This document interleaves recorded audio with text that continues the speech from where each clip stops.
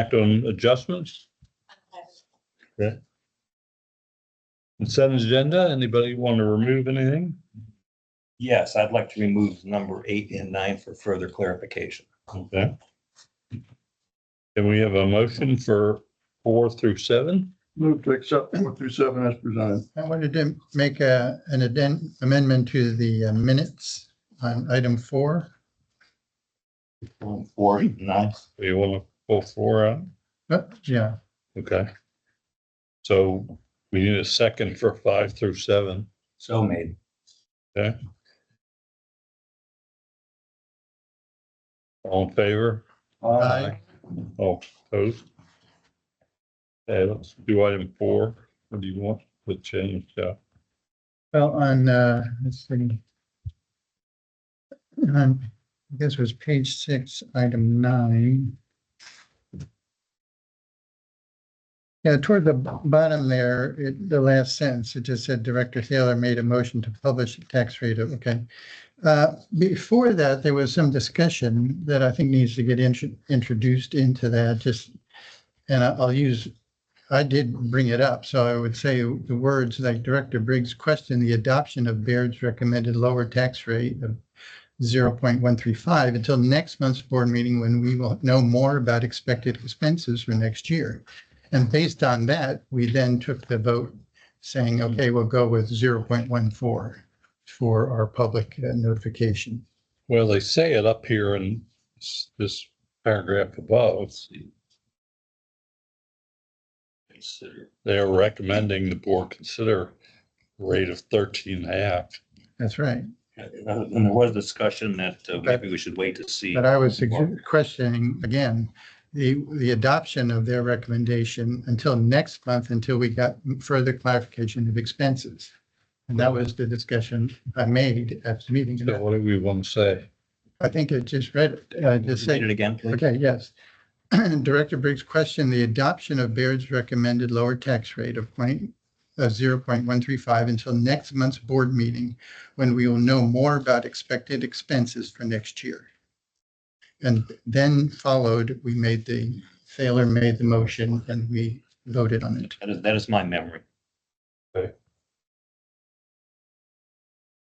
I think it's important just for people who are following along to know why we went from the recommendation of 0.135 that Baird made to adopting or voting on 0.14. They should know why we made that. Okay. How about item 4? You wanted to pull item 4, you said. That was 4. That was for. Move to accept item 4 as amended. All in favor? Thank you. Thank you. Okay. Item 8 is simply a question. I noticed that Baird and Company were removed from the list. Is there a reason? I think that's as a financial institution that you would do business with. These guys. Well, they serve as your financial advisor, but not as your bank. Oh, so they're just on the list and we're taking them off. Perfect. So no problem on that one. I make a motion that we approve consent item agenda number 8. Second. All in favor? Aye. Opposed? 9. Okay, number 9. I don't know. I read this thing and I don't understand what we did. It says here in there that we reviewed and approved the investment policy and strategy. Well, when did we do that? Who did it? So the Public Funds Investment Act, this is the standard. The reason it's on the consent agenda is because it's a standard annual item. So we do this each year. So you're probably new director who went through this. Every word. Now I'm not. So it's the same thing you went through last year. So what it is an annual review of your investment policy, which you have to do under the Public Funds Investment Act. We review that on behalf of all of our district clients, making recommended changes. We don't have any changes this year. So the resolution is that the policy's been reviewed. There's no changes, so it stays in effect. So you review it and then you tell us it's okay and we approve it. If you'd like to review it. No, I'm guessing you're telling me now you reviewed it, but it didn't tell me in this packet you reviewed it. There's no paperwork for you saying you reviewed and approved it. It simply shows up. Well, again, it's the responsibility of the board. So if you feel like Yeah. you need to review it, then we certainly can table that and we can bring it back and go through the policy. All of you, I mean, you're a financial I guy. don't have any problem with policy as presented. Continue as is. Have you gone through the strategies and policies and understand it, or? So strategies are set by the Public Funds Investment Act. Oh, not us. So That's what I'm asking. I don't know. Go ahead. you So don't know, there's a strategy that's formalized by an act in the government. time out. Sorry. Feel like it's a little adversarial and I don't understand. No, I'm trying to understand. But I think the packet of materials that you received when you came on as a new director included all the policies of the district. Correct. I've read. Within that, well, when you read it, you would have read the policy for your investment policy for 10. In that, you'll see that it goes through what the investment strategies of the district are, and those are tied to the public funds investment. Preservation of capital, liquidity, last of rate is rate of return. So none of that has changed. Statute has not changed. Nothing that you received in your packet as a new director has changed. So we're just approving an update, saying it was good, and we're good with it again. Correct. Okay. And it's required annually to be reviewed and approved. Correct. Resolution on item 9. Motion to approve. Second. Like, all those in favor? Aye. I abstain.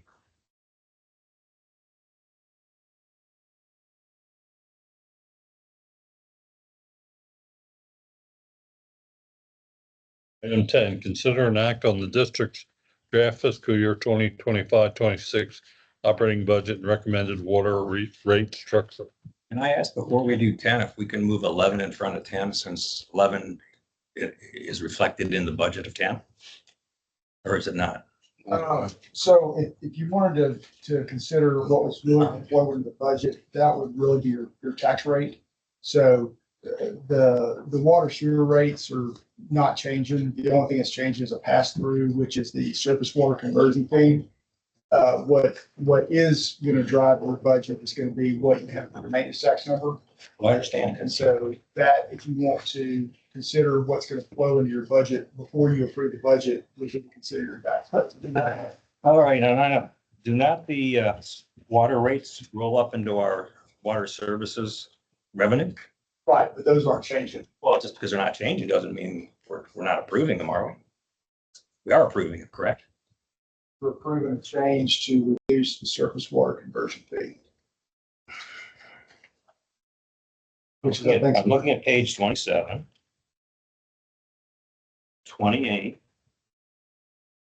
28, there's a table that's part of this policy and we're approving it. Right. And those numbers going to roll up into my budget. I know we're not changing them, but these are the numbers we're going to formalize and say they're in our budget. Correct? Correct. Okay, well, that's my motions to, my request to move it up and approve it before we do the budget, then it's locked in. If we change, we're going to change it. 1 year, we're going to change it. We're going to want it in front, right? It's just the logical process. are you going to want to move the tax rate?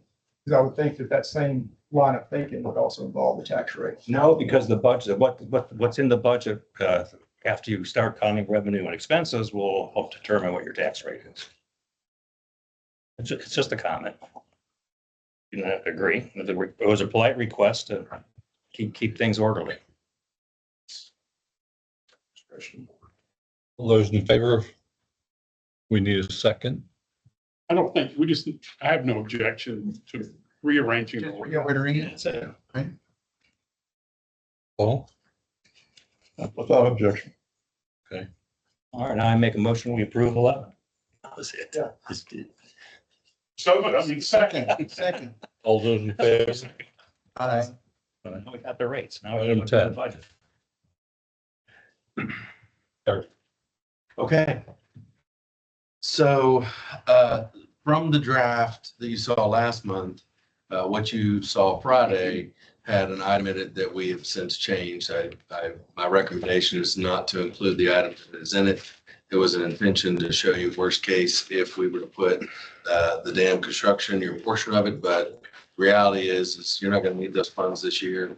And with other participants likely joining in, I don't even know what the number is anyway, so it didn't make any sense to put it in. But I did it. That's what you saw Friday. What you see today, which is a new copy, removes that But it also includes the engineering for the full scope of the project. So recall, the engineer was proceeding with preliminary engineering on the original scope of the dam. They identified during that evaluation that there was that other part of the scope that was necessary, that the amount for engineering for that was about $500,000. So that $500,000, each stakeholder share of that is in each of the stakeholders' budgets. That number is the 86,000 that you see on line item 5480, geo code 5480 towards the bottom on the white side. That 86,000 is your share of the engineering, which will complete the full amount needed to do the entire design of the service spillway as well as the auxiliary spillway.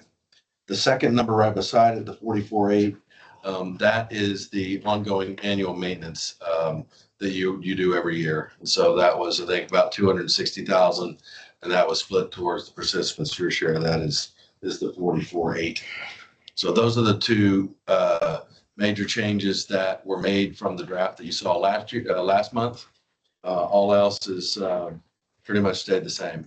We did update with one more month of actuals on the actual side. It is the budget we're looking at today that you just passed out is uses an 8.5 cent tax rate for M&O.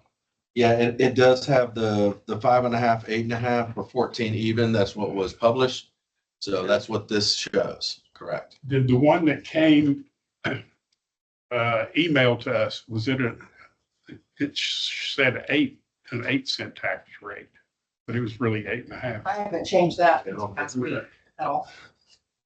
Just I just reviewed that workspace. Not intentionally, we didn't. Okay.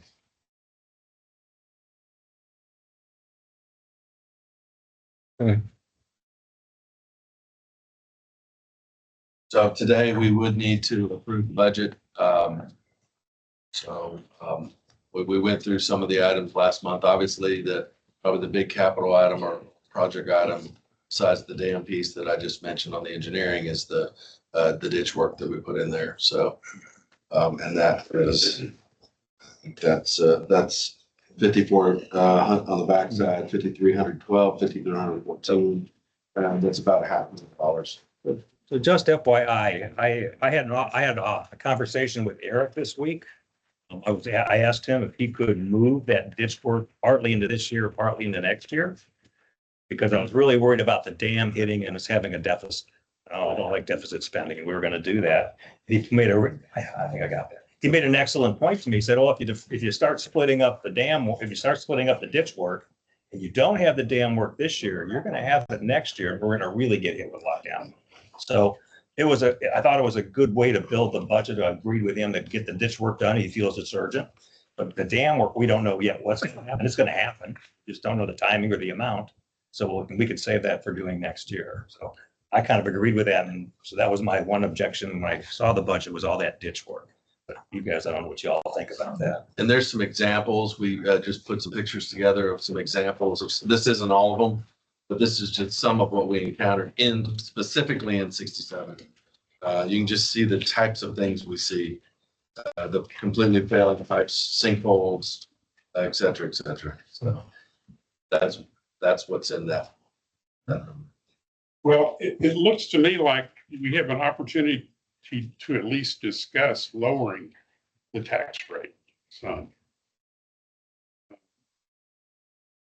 We've got some fairly good, hefty, large, non-reoccurring expenses, even in the budget, with the ditch work and the big water meter purchase and a few other things. We're above the 12-month target reserves that, in my own mind, that I like to see.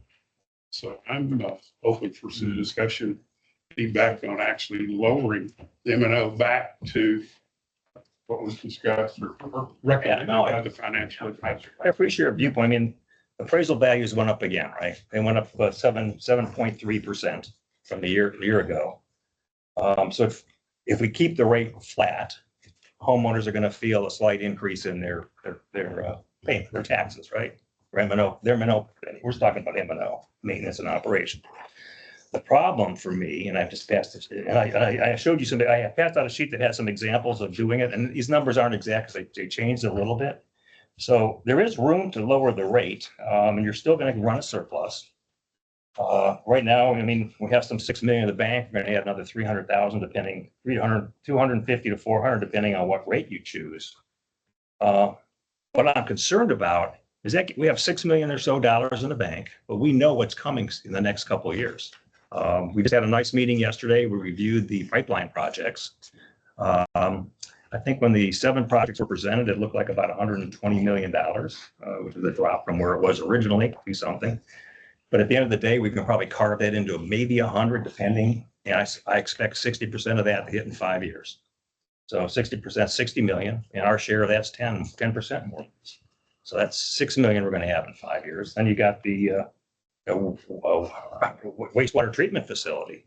We're looking at anywhere between maybe 150 and 350. And we're going to be 10% of that. And that's going to happen in the next 5 years. So pretty soon you're looking at our share of what's coming up and the dam work. Our share is going to be something like 30 to 40 million over 10, and most likely 20 at least in the first 5 years. We're going to have to do something. And I think we've all talked about having a rollback tax election. Does it make sense, good fiscal sense, to have 1 year be nice and drop the rate, knowing that then higher rates are going to come up and the sticker shock is going to even be worse? And that's a question I'm asking us. And that was really my concern last month when we talked about that. And we still have the issue of some drainage costs that might be hitting us down there, some of the drainage issues that might be hitting us at some point, some expenses related with that. Yeah. Well, and we don't know how we're going to fund those big expenses. I think there's still options that it could be an SJRA bond that we would fund through either water sewer revenues or tax revenue. That's to be determined. Yes, the hurdle's there. How you fund it is a good place to discuss, and how much it'll impact our taxpayers or our customers. But clearly they're going to get impacted, and the rate they have today isn't going to be the rate they have when this work starts. I ran being a campaign, and my campaign is being pro-resident, and I am, but I'm fiscally responsible. And I don't want to drop their rate significantly, or drop their rate this year, say, hey, everything's going good, and then next year have to go significantly higher because these costs are coming in. We have an established rate. I don't think it's unfair to keep the rate the same and say, okay, we're keeping the rate safe because we're going to be prudent. We had a surplus last year over $1 million. This year, our surplus, depending on what part of the budget, is going to be 300. And we are, in essence, like little chipmunks or squirrels, are putting some money away, knowing the winter's coming. And I don't want to deplete our resources too much, knowing that our costs have been going up on everyday activities, and then we have major events coming. That's my argument to keep it flat. Yeah. I'd like to ask the financial advisor a question. Are you still recommending the maintenance, the M&O rate of 0.080? Yeah, well, what I'll say is this: on the M&O side, and I know this is made me feel like a dodge, but this is how we look at it. The M&O is definitely more gorgeous. I think you're having the right discussion, to be fair. I think this is exactly the right way to frame the conversation of, do you kind of, to your point, store money for a winter, or is it better to give relief when you can and only ask for raises, tax rate increases or more money when you need it? That is really truly a policy question. I think that there's your average tax bill went up 6.76%. I'm sorry, average homestead went up 6.76%. So I'm sensitive to the tax rate increase or tax bill increase. Maybe fair my words here. Tax bill increase that we're talking about. If you do a half penny reduction, you're going to be in a 3 or so. I mean, you're giving some relief to the extent you can. I don't think going down a full penny, which is about your flat tax rate, is prudent. I don't think that's on the table, obviously. So you're going down about 3 or so % on your average tax bill if you get the half penny. The truth is, I think they're both fair questions to ask. Is, do you need the money right now? Are your fund balance, are you in good fiscal standing? The answer is yes. Can you afford the half penny? I think the answer is yes. But you do have expenses coming, and that's really, I can't provide guidance on that as far as how y'all want to handle your finances that way. Well, Okay, this- let me ask another question with respect to rates. It's the other side of the equation. Look at your chart here for the debt. Yep.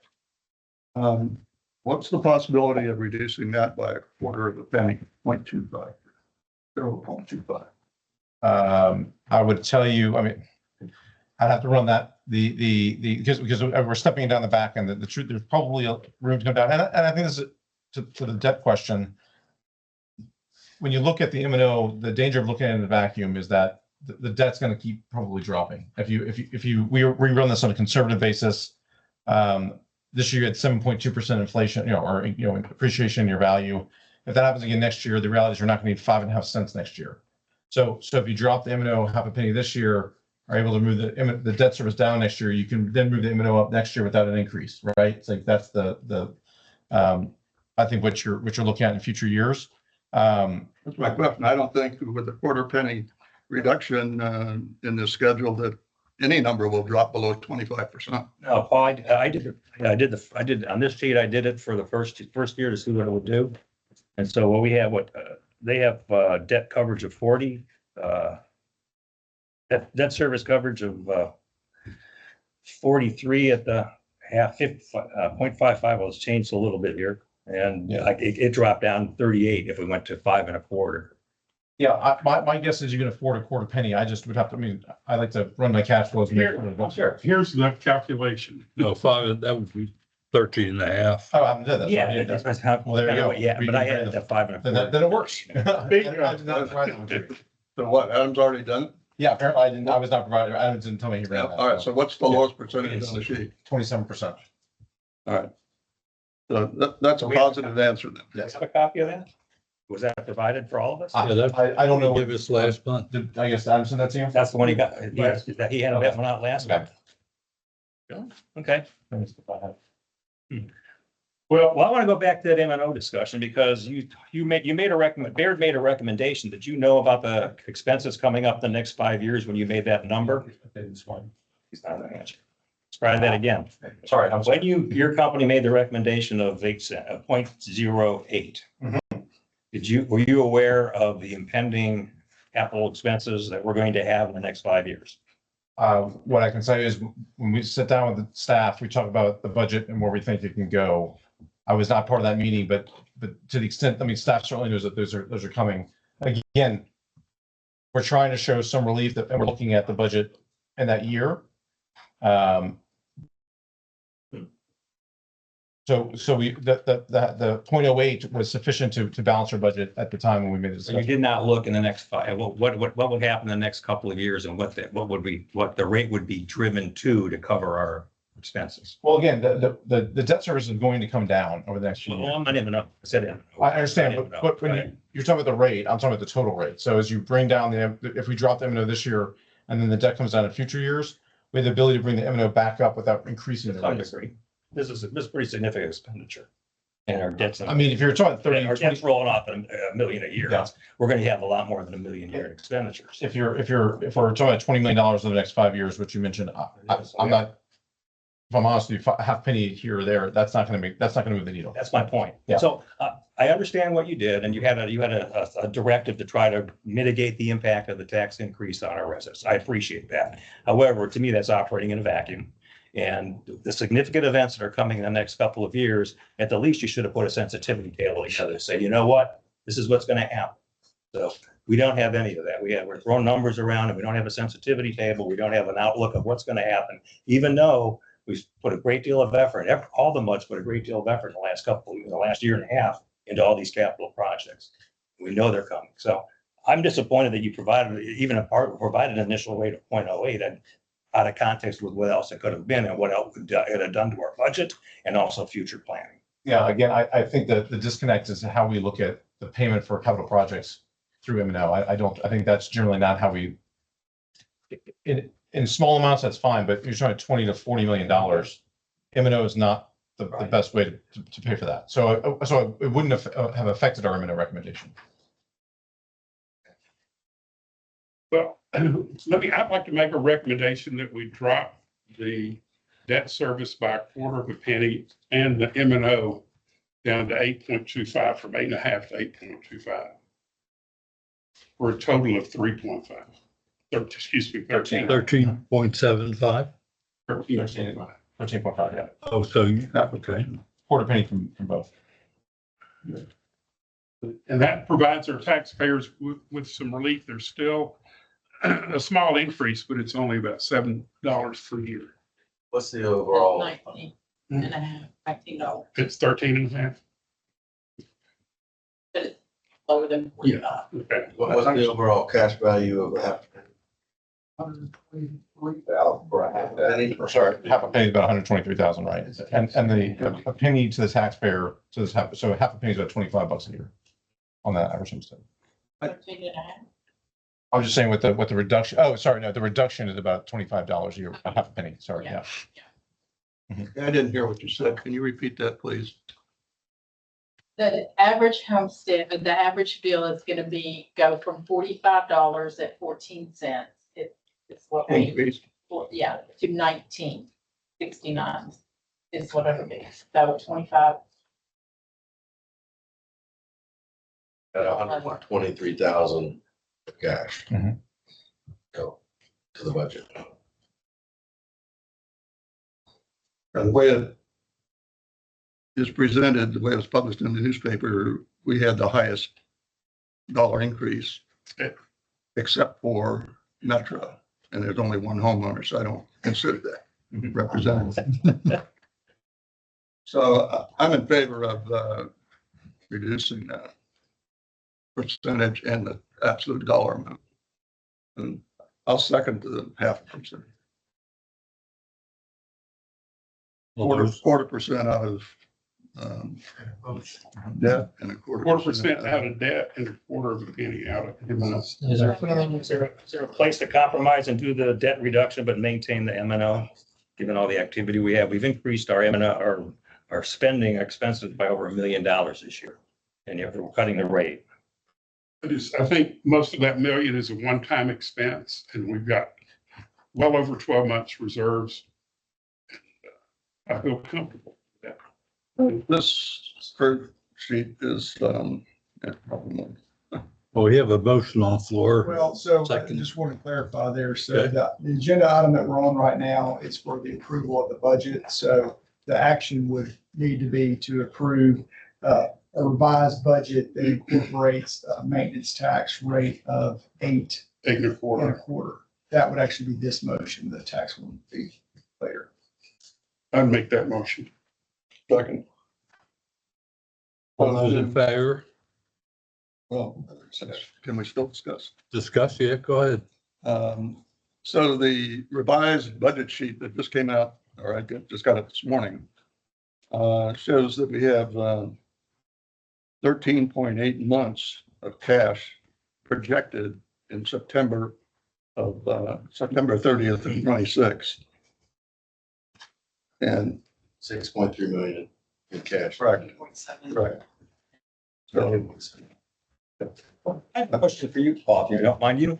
Last month you had an interesting idea, and that was we know we're going to have a dam expense for the dam. And when Eric did the 100%, it was like 900,000 or 800,000 for our budget we took out. You suggested possibly a good idea would be to take or make a reserve of some kind, an account, so that doesn't show up in this. right, so I just wanted to see what the effect of putting that in the annual budget, and the first cut at it did that. And revision takes it out. But if you look at that 800,000, if it turns out to be 800,000, it looks like it's going to be reduced. I think we're still above, or would be still above, projected to be above 12 months. No, so when we had that in there, the annual deficit went down or went to 418,000 negative and dropped the reserve to 10.8 months. That's right. But we changed the data. We pushed that 830 something thousand out to the next year.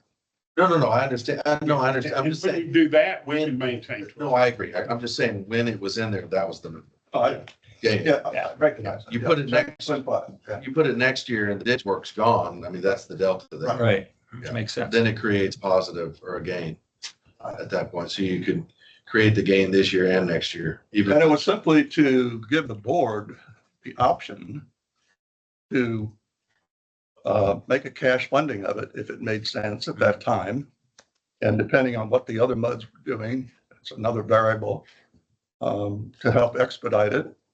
As I know, once the engineering work is done, they're going to want to get going on it based on the political pressure that's coming from the township. So that's all that was. Yeah. So as a, just continuing the discussion, if you wanted to drop the half a point, suppose the half point was all dropped in the debt service and you left the M&O alone. They won't support that, the financial advisor, because it brings our reserves too low in the debt service. Yeah, and so It's close, but it's, at the 5.25, we're right at 27% in the cash flow. And again, the goal, yeah, we want to save for 25% each year. Okay. but my prediction is next year, there's an opportunity to move That's what I that think back will continue. into M&O if we needed it. Absolutely. Are you ready to vote? All those in favor? Aye. No? Yeah, absolutely no. No. You heard my I'm argument. saying no. Yes, No. I want to remain fiduciarily responsible to my residents.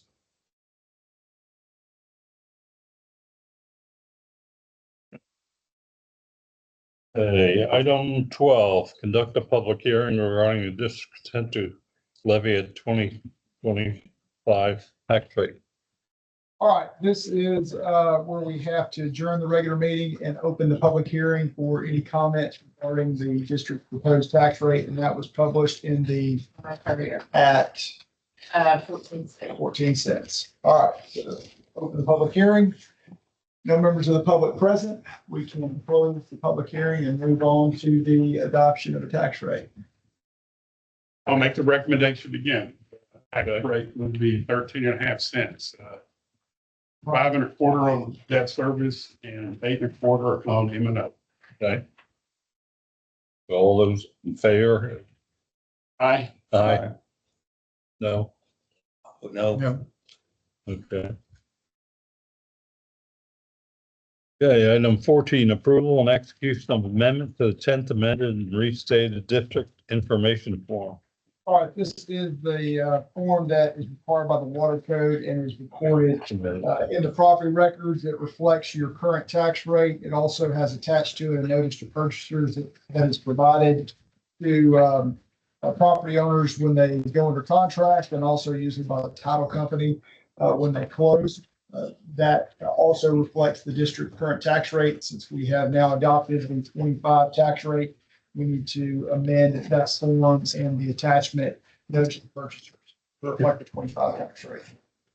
We need a motion on that. Make a motion to approve. All those in favor? Aye. Excuse me. Okay. Proceed to the regular monthly SAR Woodlands Division report. Good afternoon. Afternoon. You'll look on our report starts on 31. So the report's a little bit different than what you've seen previously. You've got a little bit of a monthly summary there at the very front of the page. We're still at 50-50 blend on the surface water, groundwater. The Woodlands Division celebrated 50 years in August serving the Woodland MUDs. And so as part of that commemoration for our anniversary, we did some videos with the known celebrities that are listed there. And you can find those on Facebook when you have a moment. And the chart down at the bottom gives you your water production. You go to the next page, page 32 at the bottom, talks about the water loss. And this is combined WWA and SGRA water loss. We had budgeted 4%. We're around 5.1 at this point. This is unaccounted for water. So leaks, basically. How does that feel, having budgeted for and coming around 5? Is there an explanation or something we should worry about? Nothing to worry about because we've had enough groundwater sales to offset it. On page 33 is our regulatory stuff on the left side of the page. And then on the right side, you can see the charts for the 3 wastewater plants and the flow that's gone through that plant for the 12, basically the 12-month, rolling 12 months. This is a nice page. I like this page. Well done. Thank you. I will pass that Please, it's a nice. pass that on to the guys.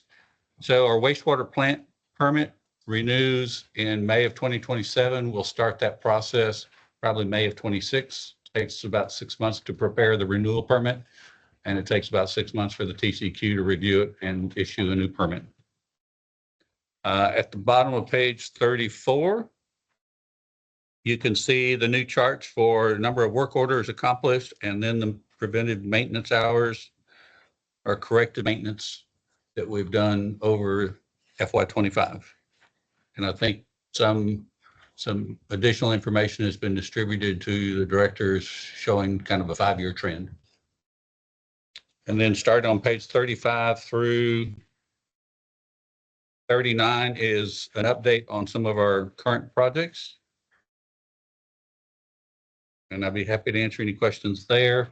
And then starting on page 41 is the surface water program monthly report. Some past months, you've had a page on some financial summary for SJRA. Yes, we have, and I haven't heard a word on the status of those. I know we're behind on Okay, some I of was that. just curious. Okay, thank you. Partly because we're still closing out August.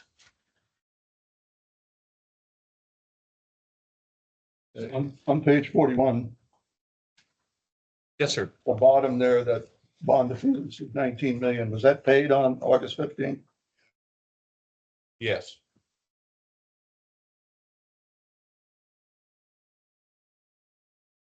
And when will, I don't want to jump ahead, but when will that discussion happen with respect to the city of Conroe agreement? Based on some internal conversations before the end of calendar year 25. All right. Thank you. Other questions? Yeah, I'm sorry, go ahead. You go first. No, you're right. Mine's at the back of the book. Okay, Ed, on page 45, Yes, sir. I was just curious, looking at the variances between actual and year-to-date budget on your operating revenue, and then also on your operating expenses. In the case of the revenue seems to be, 7 million higher than year-to-date budget, and on the expense side, it's, whatever, 9 million in the other direction, and giving us a whopping net operating expense variance of pretty large number. So I was just wondering, is that just something timing? I mean, I saw this variance change last month, and I was told that, well, it was just a month-to-month thing, but I'm seeing it again this month. So I was curious if there's an explanation for those large variances. Well, I will have to ask the question and get back with you. Thank you. Yeah, yes. Yeah, in the back of our agenda packet, there was a summary of the settlement between the River Authority and the Conroe. Yes, sir. I know you discussed it at the trustee meeting, and I'm not a trustee, so I couldn't ask. I did enjoy, I did listen to it, and I learned a lot. A couple of questions I had were, did the MUDs participate in paying your legal fees for that settlement? All participants participated. All 80 participants. The answer is yes. I took some of my money from my residents and we paid you to fight that litigation, correct? The understanding, there also was the city of Conroe put money in escrow, got interest on it, and you did not recover the interest in the settlement. That is correct. Okay. If Conroe had been paying you like they should have, would that have lowered the rates I pay you for water? Conceivably, yes. There's three things right there that my residents paid for, but in the settlement, we got nothing back. Is that correct? That's not true. Oh, okay. What you haven't seen is the full effect of the settlement. There will be a rate reduction at some point because of, we will be selling more water. There still is the discussion to occur, as Paul was asking about, what will occur with the $18.8 million, whether it will be defeased, whether additional bonds will be defeased, or whether those monies will go into the R&R fund to offset future maintenance costs. So So if it goes into the future R&R account, that would be less you would charge me eventually. Yes. Okay. Would that, oh, sorry, one question related to that, with that R&R fund, would that be exclusively toward the Woodlands Division or? no, it's the GRP R&R. Okay, sure, okay. With the debt that the fees institute for our people. If it's the whole 18.8, almost 19 million, it could be another 4 or 5 cents on the rate. Lower. We'll get a benefit of the settlement, Yes. having been a participant in the cost. Thank you for explaining that. Ed. And at some point, litigation costs will be lowered and we won't have to budget as much. Until the next. Well, hopefully they kind of put all those aside. I hope so. Thank you for that explanation. Yes, sir. I didn't get that from the trustee meeting. So, question, your general manager made a statement toward the end of his presentation or answering questions at question Q&A, that we MUD are a valuable partner in their partnership. Correct. And I would ask our general manager, were we ever consulted about our attitude or our opinion regarding this settlement? I don't know.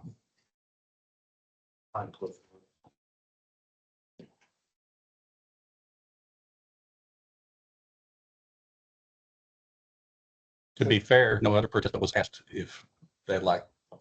I appreciate that. I just want to understand the context of the settlement.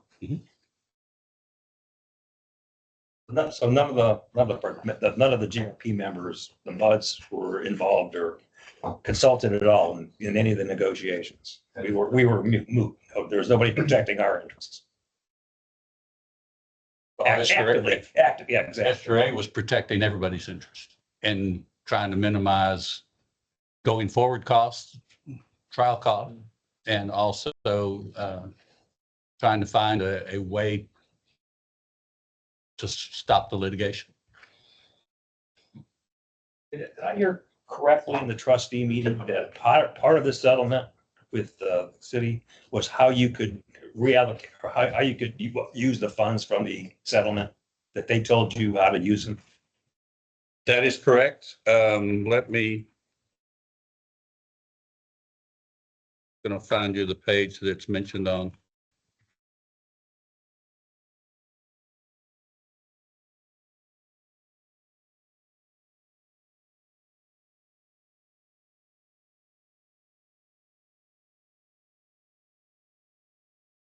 If you'll go to page 98 of your packet, where the green check mark is, just below the green check mark, use of settlement payment, redeem GRP bonds, or fund financial reserves for future maintenance. That is. So that was a discussed thing and negotiated with the city of Conroe. Correct. So at the end of the day, the guy you were trying to get a settlement with is kind of helping you form where you can use the money, which I have never seen in a settlement. I can understand interest payments. I can understand penalties. I can understand how another entity tells my business how to use the funds I'm receiving. That's just us. Who negotiated this? Just out of curiosity. Mr. Spear. Did he do that? Did he do that in Lubbock? Yeah, I'll ask him. It just seems strange to me. Maybe it's a public entity thing. I don't know. I wouldn't. No business would ever let somebody tell them where they could spend their money to get us out. This makes no sense. I have a business store. Okay. So just one observation. as one prominent politician in the Conroe area stated, not everyone is going to be happy with all provisions of this agreement. And I just want to let him know that he's absolutely correct. And this is one resident who is not in total agreement. I understand the end objective. I understand the elimination of costs moving forward. I get all that. But I'm still, I'm not, I'm gonna second that. Paul. I'll third. Oh, that is a settlement, right? Neither party should be really happy. I know. Yeah. That's what they tell me anyhow. I hear it. Yeah. Regular session. No, thank you. Thank you. There's no answer. Move along. 16, discuss and/or act on water line renewal plan analysis completed by HDR engineer. Just a quick update on that. If you recall, the trustee meeting last month, they gave direction to SGRA to work with WWA and put together some recommendations on how the various projects could be laid out.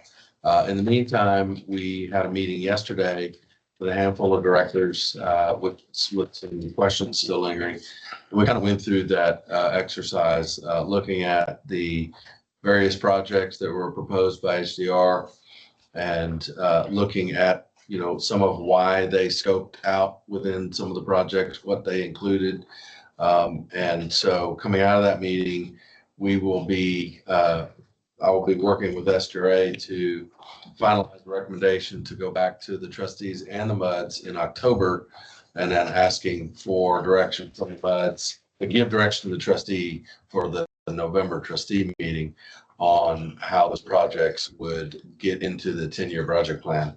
So, just to give you a little background, for those that didn't see it, and we did record it, it'll be available here shortly. But you know, if you can imagine a particular water line isn't a straight line, right? So it has spurs off of it and different connections off of it. And HDR had to make some educated guesses or recommendations on what pieces of the lines would go into which project. And, you know, admittedly, they said, well, there might be a certain spur that comes off of a long red area where it's red, yellow, red, green. Well, you probably do that whole segment, but then a spur coming off of it, they might have included it because at the end of it, there was either, you know, moderate condition, or maybe there was a break, you know, 5 years ago or whatever the case may be. So they kind of sit there and say, well, you're doing this line. Should we include this little spur off of it? So they made the recommendation a little bit conservative to include some of those spurs. And so I'll be working with SGRA to kind of come to a resolution or come to a recommendation on what we might propose, recognizing that there's probably a few spurs here and there that will probably be carved off, at least in the base project, recognizing that wherever that project may fall in the 10-year plan, for instance, if that project falls in the year 7, for instance, and our base says we're going to do this, well, that won't change. But let's say we're going to maybe choose to just monitor these spurs, not put it in the base. And then in the next 7 years or 6 years, we start looking at it. That spur starts popping the brakes or has different conditions based, you know, assessment on it, then maybe it gets re-added back in. But at least we kind of have a base and then a monitoring piece that's kind of somewhere in the middle between just do red and just do all. And so I don't know if that captures it. Yeah. I thought the HDR and SGRA did a very good job at the meeting. They used these screens, they put up each map of each project, intelligently discussed some of them were obvious. We call them the no-brainers. There's just obvious stuff that has to get fixed. The sooner probably the better. And then there's some other ones that, as Eric said, we'll put on the watch list. It's going to be included in the 10-year plan. And if things get worse, we'll add it. And if not, we'll defer it till later. So it's a very good meeting. And I think the participants came up with a good path forward. And I suspect in November, we'll have a good 10-year program, at least with regards to the pipeline. Don't you think, Ed? Yeah, I mean, I think we got made a lot of good progress in that meeting. Agreed. So no action, just giving you an update. So the plan is that in October, you'll present this revised plan and then we'll all the directors will see it and will vote on it, and then it will go be incorporated and proceed to the November trustee meeting for a vote, right? Yeah, and then from there, if it's, if what's recommended is passed, then that'll give direction to SRA to put it into the 10-year plan. Right. And then from there, we can then start to look at financial planning on how we might fund some of those projects, because we don't know what the magnitude is at the moment, but we will at that point. Yeah. And where they fall. Right. That's it. Great, thank you. 17, discuss and or act on Bear Branch Dam modification project, spillway reconstruction, dam safety assessment, including authorization of engineering design of the service spillway and auxiliary spillway. Okay, so we talked a fair amount about that earlier. You approved the engineering in your budget, so engineering for the full project, you're the fourth out of four to approve it. So we got one more out of 5 stakeholders later today. I expect that'll pass. And then the full engineering will be moving forward. Ed and I presented an update on a couple of the drainage projects at the township meetings a couple of weeks ago. The dam project in particular was definitely a raised discussion, which led to even a Houston Chronicle article and a Courier article. What's the same article they posted in both papers? But myself and Aubrey will be attending tomorrow's township meeting to give some clarification on what was kind of said 2 weeks ago. And in light of the MUDs, again, one more to go, but in light of the MUDs approving the engineering, I can also give the township update that the engineering is already proceeding. It already was proceeding, at least from the original scope. And now the full amount's funded moving forward. And then now there still is a funding gap for the construction, but we have time to deal with that over the next year. We've got some irons in the fire as far as the Fed money, whether that comes or not. If it doesn't come, there's other backup plans we can use. So there's different options, but that didn't need to be debated and slowing down the engineering. That's why I felt like I'm still going to work with the non-stakeholder MUDs to see what they might be, because there's still several of them that are, interested in participating in the project, which is great. We just got to get the right numbers for them, because a couple of them are, need to think real hard with a real sharp pencil on what theirs looks like. But I think it's all positive, and we'll be moving forward. Thank you. Any questions? 18, receive update regarding Bear Branch Research Forest Drive Drainage Improvement Project. Authorize any action in connection therewith. So last month we talked about going forward with that Corps of Engineers CAP program application. That application has been submitted, and the next step was to get letters of support. So there is what I'm asking from the MUDs, from the president, the letter of support, signing a letter of support that will just be sent to the Corps as part of that application package. So that's the only thing for this month. Okay. There's a letter in here dated September 12th to that effect. Correct. That's it. Okay. Yeah. I'm asking the president to sign that. Oh, he just hasn't signed. Yeah, it's in here. Yeah. And you're requesting action by the board on that to authorize signature? I haven't. I mean, if you don't want to, No objection from the. No. Okay, 19, consider an act on pay allocation number 2 for retail wastewater collection system rehab year 2. So that'll be deferred. That wasn't presented by the contractor. So that's going to be on your budget or on the agenda every month. It's up to the contractor as he's progressing through his work to do a pay request. You saw one last time. Then, yeah, you saw one last time. And you typically, they don't submit, they don't get paid. So Yeah. usually you kind of see it regularly, but so I expect there to be one next month. They're continuing to work. Attorney's report. Yes, sir. Not much to add on the attorney's report today. I did see the email, John, from you to Eric about a couple pieces of legislation that was introduced.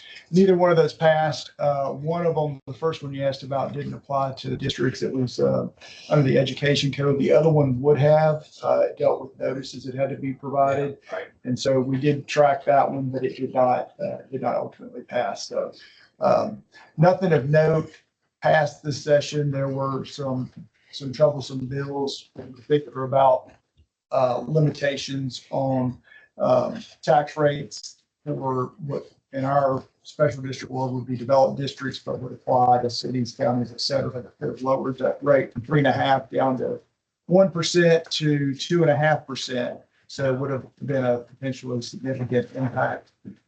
Don't know if they're going to call another session, a special session. That's at the discretion of the governor, as y'all know. We'll see. When does this session end? It's already over. Ever? Yeah. Yeah, they're only for 30-day periods. And Yeah. the governor can call. It is you. So that's all I have in the attorney's report. Thanks.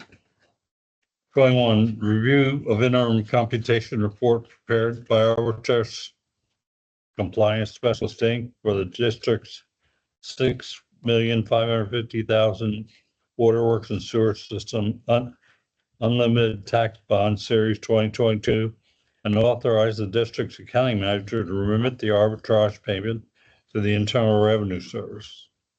The last part of that, there won't be any action on this. So as we talked about before, this is an interim report that we had asked Arbitrage Compliance Specialist to put together. Your actual reporting period, these are always on 5-year intervals under the IRS requirements. So you wouldn't have any payment due until 27. The purpose of these interim reports is as we are starting to see rates go up for returns on what districts invest, and those start creeping up beyond bond issuance rates.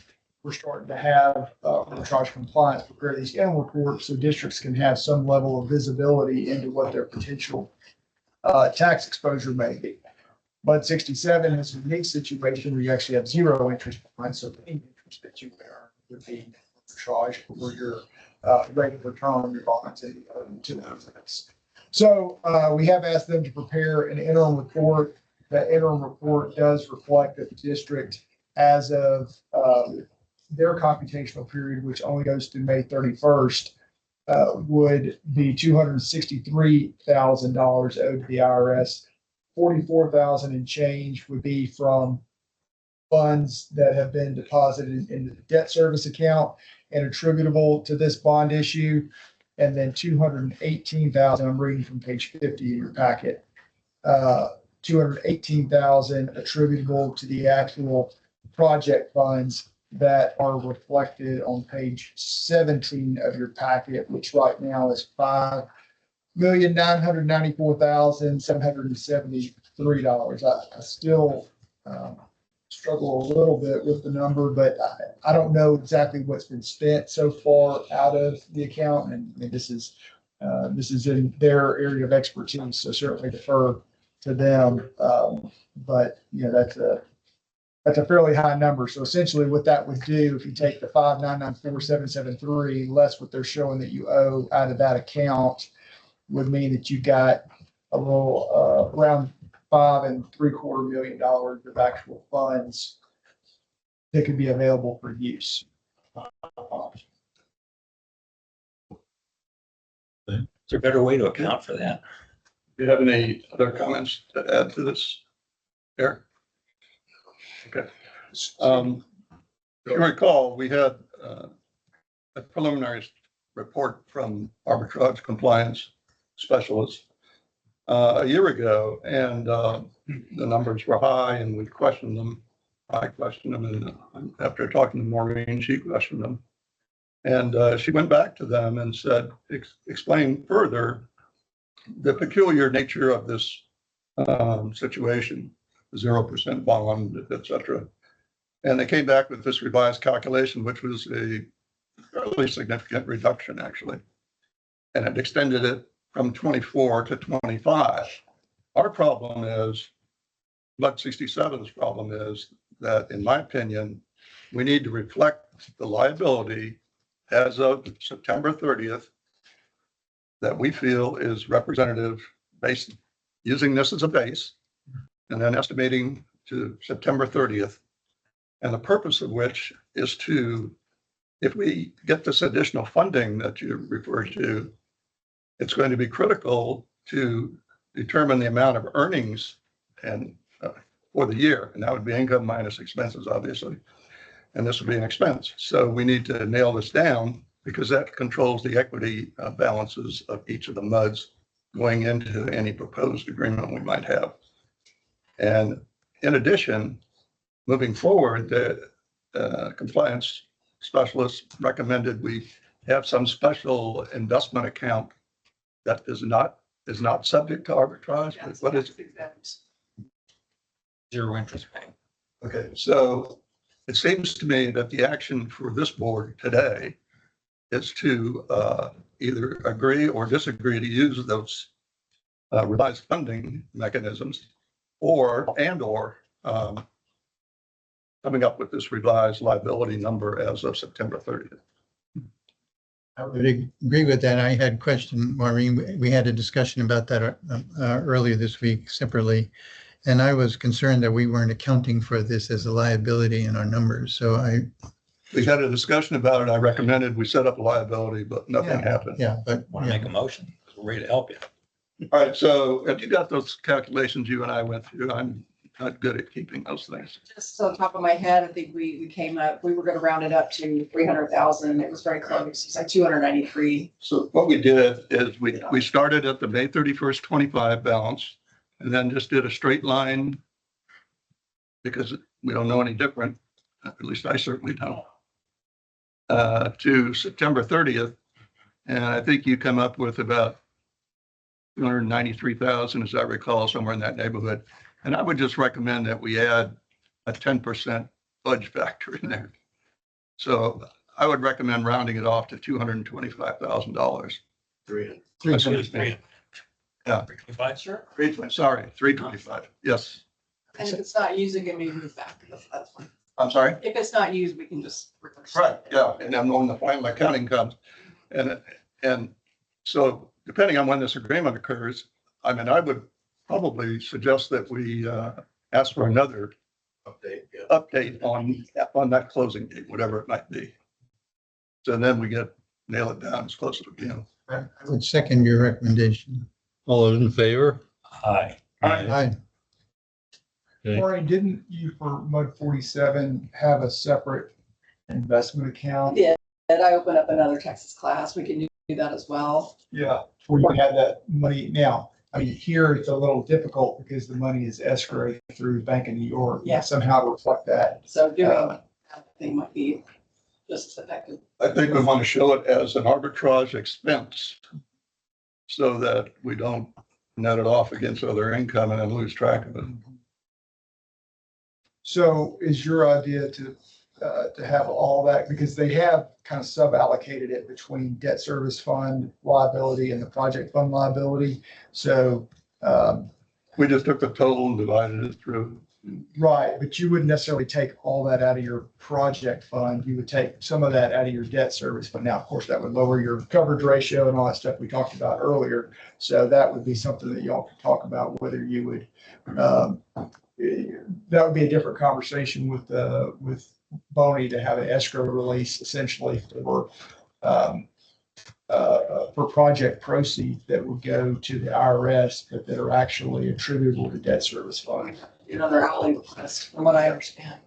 Yeah. But Oh, then, having heard that, I would just say ratio the two balances and then put the appropriate percentage into that service fund.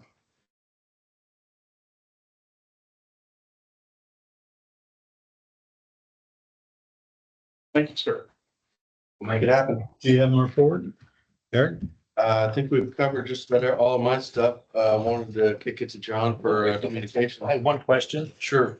Page 80, please. It was the year 3 measurement and verification revenue and savings report. It's that they issued it. Bottom of the page there. Moresco. Okay. Can I get a copy of that? Sure. please? I had some interesting issues with my water smart and my readings, and here's what this said before I dig any deeper. Okay. Thank you. I have a question on the GM report. I noticed a new construction area off of 242 on Lone Star College's campus. Do we know what that project is? Is it going to be an add-on to the Lone Star, or is it another one of those standalone universities like Sam Houston or something? There's a bunch of construction Says on some. there right now. So they're clear, they have clear cut this, a fairly good sized section inside off of 242, which appears to be their property. It may not be. You're right. We'll take a look at it. Randy, Mark. All right, thanks. All right, good afternoon. Page 89 begins your communications report. We're now in the fourth quarter of our strategic plan. The focus is on value. Just transitioned from water conservation.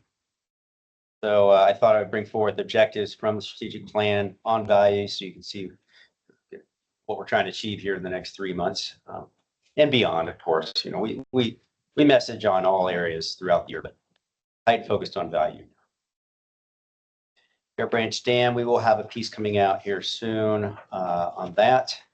We'll make sure you see it. Before Eric's meeting, or I'm sorry. are you planning on doing it before Eric's meeting with the township board, or are you gonna do that after? Don't know. We're still buttoning up a couple things. Yeah. Yeah, we can't, yeah, although it's gone through a number of reviews. I think we're probably pretty darn close. Yeah, we're getting close. Whether it goes out before tomorrow night or. What's your, Well, just if something else you could, no, it's up to you. It's something if you go to the meeting, you're gonna have some good things to say, and there's another reference, and also on our website is more of, it's not, that's just all. now, that brings up a point. I don't recall, I don't think we said anything about the approved engineering funding in that notice. Might be good to add. Yeah, Don't remember if we did. Now that it will have been approved. it's a concrete action. Yeah, we may add that. Yeah. We may add that. Okay, It's because that's a positive thing. absolutely. No, the thing that I was concerned about coming out of the meeting, just candidly, is, you know, the way that the conversation went and then the way that the article was written made it sound like the dam's about to fall down. Yep. And of course, that's not the case. No. But, you know, I'm hearing a lot of stories through the community of how that message is just going downhill real bad. So that's what we're trying to combat with tomorrow night, as well as this release that we're going to send out. And, you know, at STRA's board meeting, Aubrey made a public statement as well to clarify the same thing, that the dam is safe. So we're just trying to continue to reiterate, time out. The dam is safe. We're moving forward with the recommended repairs, and it is what it is. Yeah. And unfortunately, I don't think the township board asked the right questions about exactly where it was. And there was clearly panic by some members of the board who will be unnamed in this forum, which really said, asking good questions and staying calm usually gets the solution. So very disappointing. We'll vote accordingly when I have the election. I did have a request from a previous board today for that recording where they could find that. They hadn't seen the previous presentation. So if you're looking for that, you can find it on the township's website under the board tab. I'm also happy to put it in your lap I thought if somebody needs it. Aubrey read his statement at his SJR meeting, and that was a very positive and clear statement as well. And link anything, Nick, make sure you link that too. Yeah, and just also ours it was formed around that as well, because I wanted to make great consistency around this. Excellent. No, and that happens. Sometimes miscommunications happen, and that's the responsible party's job to sort it all out and tell the truth. Well done. Thank you. And to Aubrey. You see Aubrey's good positive statement he made. Continuing on with infrastructure renewal, we've got a community working group meeting scheduled for September 23rd. So that's next Tuesday. That's their 6th meeting.